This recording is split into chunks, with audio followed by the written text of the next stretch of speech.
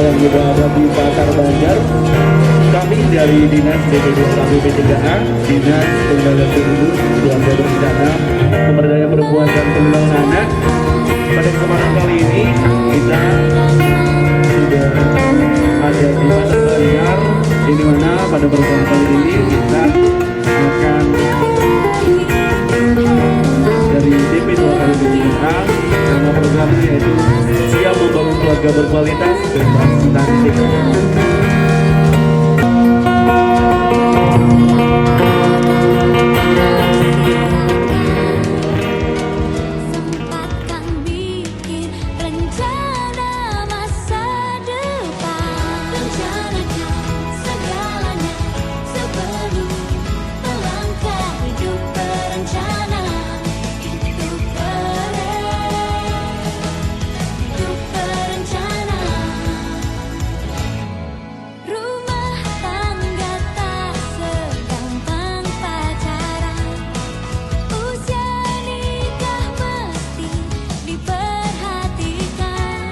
Tentang stunting, bisa dicegah nggak sih itu?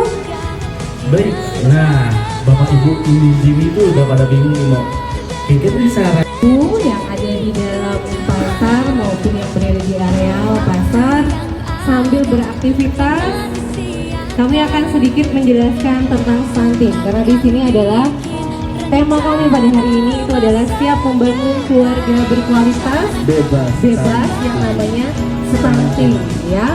Stunting apa sih kalau orang itu masih berpikiran adalah orang yang pendek, orang yang kerdil ya.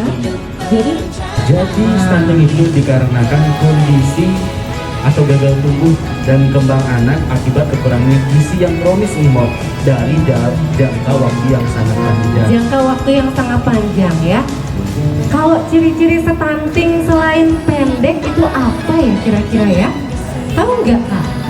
Nah, jadi dari ciri-ciri stunting itu selain dilihat dari pendek dan juga perkembangan pola pikirnya itu mau terhambat. Itu beli sayur sering. Oke, hobi. Ini yang saya bilang tadi ya. Kalau dia hobi pasti sumringah.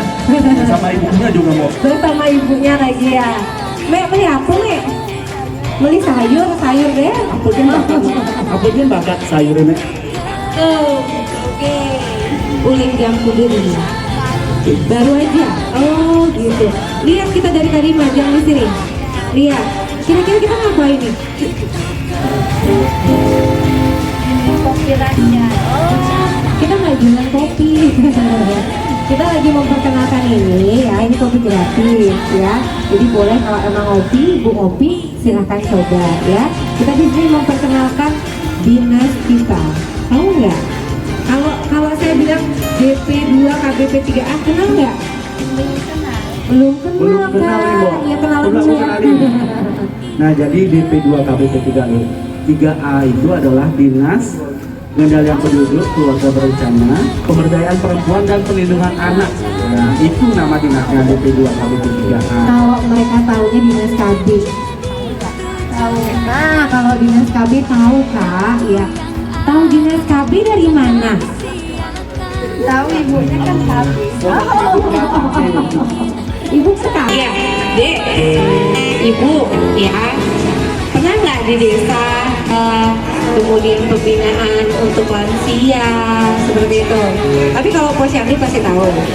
Di Posyandu itu ada nggak kalian diberikan informasi tentang yang namanya pola asuh balita, kemudian ke anak-anak remaja harus seperti apa, pengawasannya harus seperti apa? Pernah nggak Bu? Pernah. Itu dia salah satu program kita Ibu. Ibu silakan, Bapak, Ibu silakan jangan takut. Iya, mumpung ada kopi gratis silakan.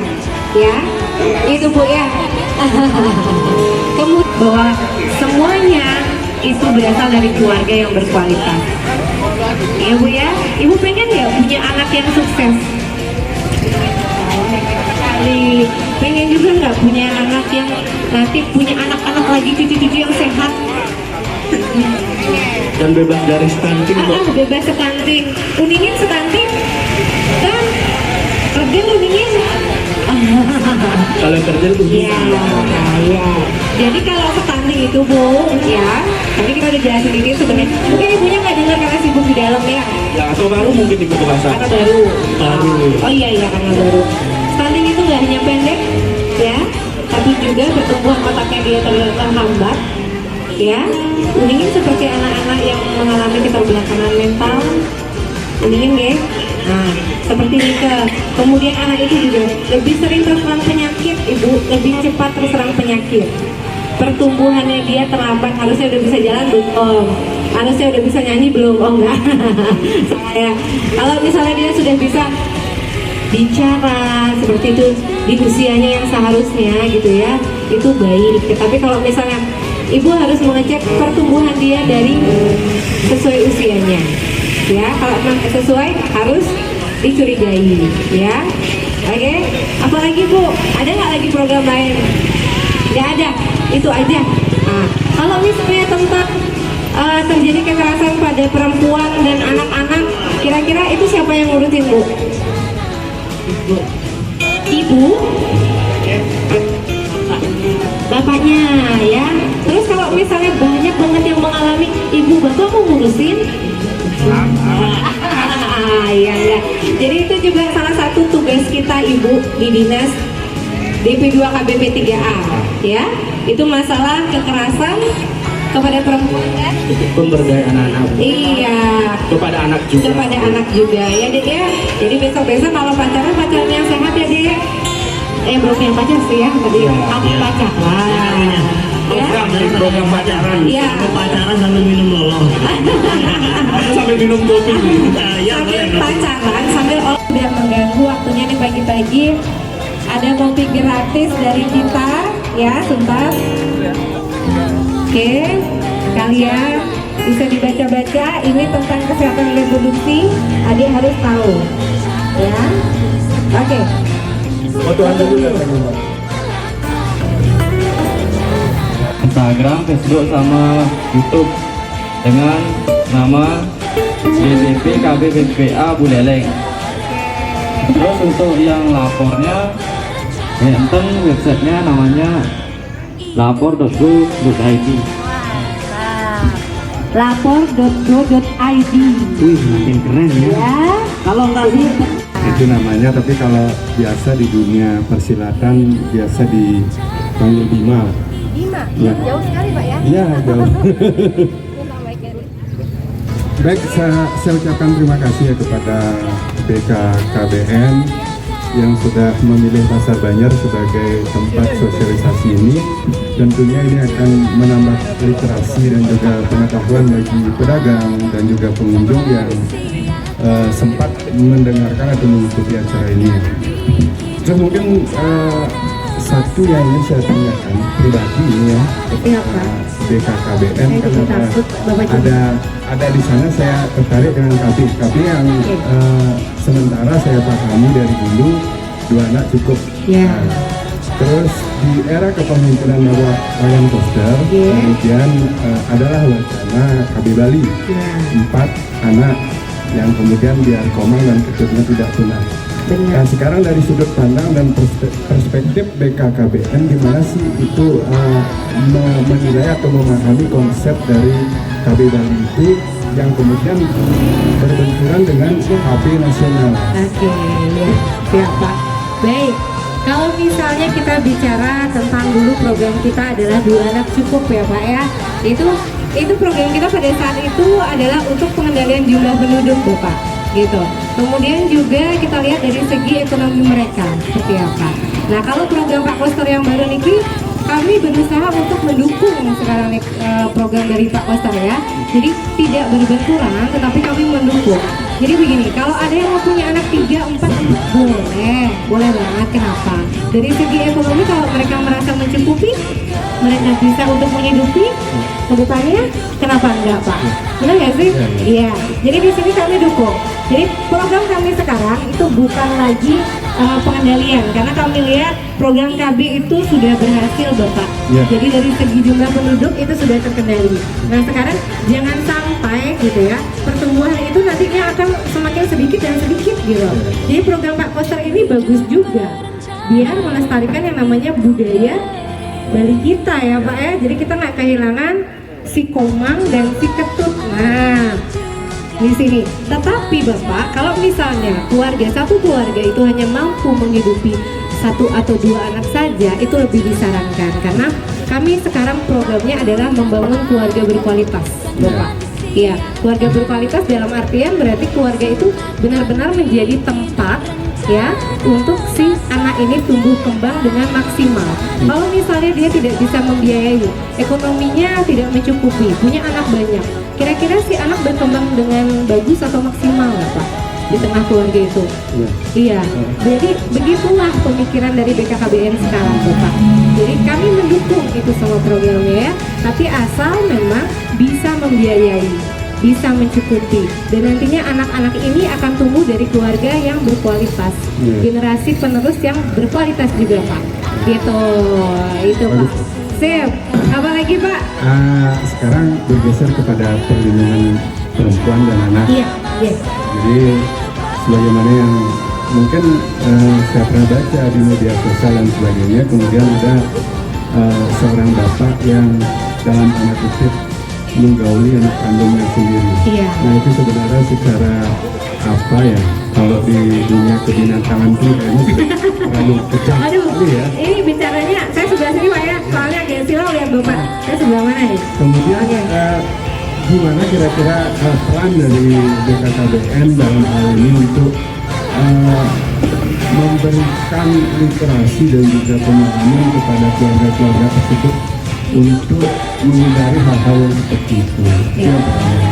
Terus yang kedua, tidak sedikit juga ada fenomena mungkin di umur-umuran SMA atau kuliahan itu yang masih sangat rentan, kemudian karena terjebak pada gaya hedonis dan juga konsumtif, kemudian mereka dalam tanda kutip melacurkan diri di sosmed. Dalam hal ini ya mungkin kita tahu di chat dan sebagainya. Nah kira-kira bagaimana dari BKKBN itu memberikan literasi kepada mereka biar mengurangi atau menghindari lah. Karena tidak dipungkiri juga fenomena itu ada walaupun seperti gunung es. Iya. Terima kasih. Iya, terima kasih Pak Bima aja ya Pak. Kan lebih enak benar Pak Bima, lebih gampang diingat juga nih ya Pak ya. Iya. Jadi begini Pak, semua itu pasti ada sumbernya ya Pak ya. Berawal dari mana? Kalau misalnya sampai ada kasus yang namanya pelecehan seksual dari ayah kandung Pak ya, itu ke anaknya sendiri gitu kan, atau dari ayah tiri misalnya ke anaknya sendiri, itu pasti kan ada sumbernya, ada mungkin juga ada kesempatan gitu ya. Dan juga gini Pak, itu tadi kenapa saya bilang bangunlah keluarga yang berkualitas dulu. Di dalam keluarga yang berkualitas itu udah pasti di sana semua anggota keluarganya sehat. Sehat bukan hanya dari segi fisik saja, tetapi dari jasmani rohani, dari dalam, dari luar, dari pemikirannya dia juga ya Bapak ya. Kalau pemikirannya setiap anggota keluarga itu sudah sehat, tidak mengalami yang namanya penyimpangan seksual dan segala macam, pasti tidak akan terjadi Bapak. Kemudian masalah-masalah yang ada di luar jangan sampai melibatkan keluarga yang ada di dalam. Dalam artian begini, pengolahan emosi dari si kepala keluarga, karena di sini kita ngomongin masalah terhadap keluarga ini. Jadi kalau menurut saya posisi anak yang seperti itu sangat kasihan ya Pak ya. Yang itu yang perlu kita rangkul sebenarnya, orang tuanya perlu kita tatar, jangan ditatar Pak ya. Perlu kita kasih tahu, kita arahkan. Jangan sampai orang tua tidak akan mau punya anak yang bekerja seperti itu, benar nggak? Ya. Benar kan? Ya. Jadi orang tuanya pun mungkin nggak tahu dia bekerja seperti itu, ya. Tapi ketika dia melihat anaknya tiba-tiba punya uang banyak, tiba-tiba bisa membiayai adik-adiknya, itu sudah harus dipertanyakan dari mana dia dapat uang tersebut. Hubungan kedekatan dia dengan orang tuanya harus dibangun. Orang tuanya pun harus mendekatkan diri dengan anaknya. Jadi dia tahu kenapa anak ini sampai melakukan hal tersebut. Gitu Pak. Kalau di kami pun, kami rangkul anak-anak seperti itu. Cuma di kami adalah bedanya, kami menurut kasus pelaporan Bapak. Karena kami tidak akan pernah tahu siapa-siapa saja yang melakukan hal tersebut, Pak. Jadi di kami ada pemberdayaan perempuan di situ. Anak-anak tersebut kalau memang merasa ya, kalau yang terpaksa mungkin dia bisa melaporkan diri. Bu, saya sebenarnya terpaksa loh Bu ngelakuin ini. Bisa nggak sih kasih tahu keluarga saya biar seperti apa, bisa minta bantuan kita. Tetapi kalau dia memang sudah hobi ya, atau mungkin sukarela gitu ya, nggak mungkin melaporkan diri Pak. Nah mungkin kita juga cari dukun gitu ya, biar tahu nih siapa aja yang jual diri gitu, nggak mungkin ya Pak ya. Jadi sebenarnya adalah pencegahan atau pengendalian yang pertama adalah di keluarga. Makanya Keluarga. semua bermarah pada keluarga. Iya, hanya kami di sini membangun keluarga yang berkualitas agar nanti generasi kedepannya itu bisa juga menjadi generasi yang punya pemikiran, yang punya rencana ke depan yang baik untuk memajukan keluarganya lagi ya Pak ya. Kembali lagi itu untuk keluarganya juga, bukan buat kita ya kan Pak. Gitu. Oke Pak Bima, terima kasih Pak Bima. Terima kasih atas penjelasannya. Iya. Perbincangannya pada pagi hari ini. Ternyata Bapak ini ya, ada bakat juga. Kalau gitu dari tadi saya aja ngomong. Biar rame ya. Oke, biasanya jam berapa pulang Pak? Dan Satu, sama lah ya.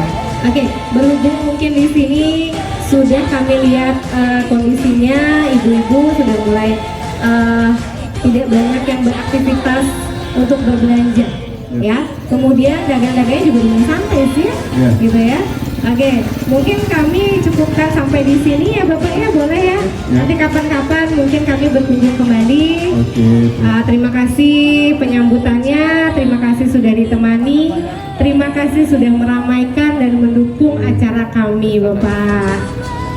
Pesan dan kesannya lagi nih Pak. Tadi sudah loh Dek. Udah ngomong terus Pak Bima ya. Oke, sekarang direkam Pak. Oke, terima Masuk kasih. TV Pak.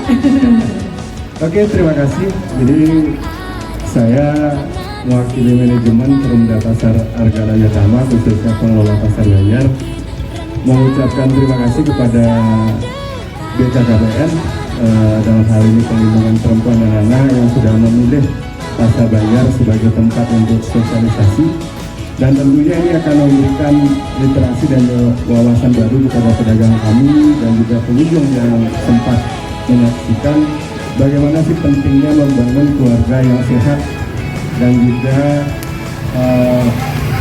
memikirkan masa depan keluarga secara utuh agar semuanya dalam keadaan baik. Mungkin itu aja, dan tidak lupa juga saya ucapkan jangan lupa ke depan kalau misalnya ada program lagi yang untuk sosialisasi dan sebagainya, jangan lupa memilih Pasar Banjar. Terima kasih. Oke. Oke.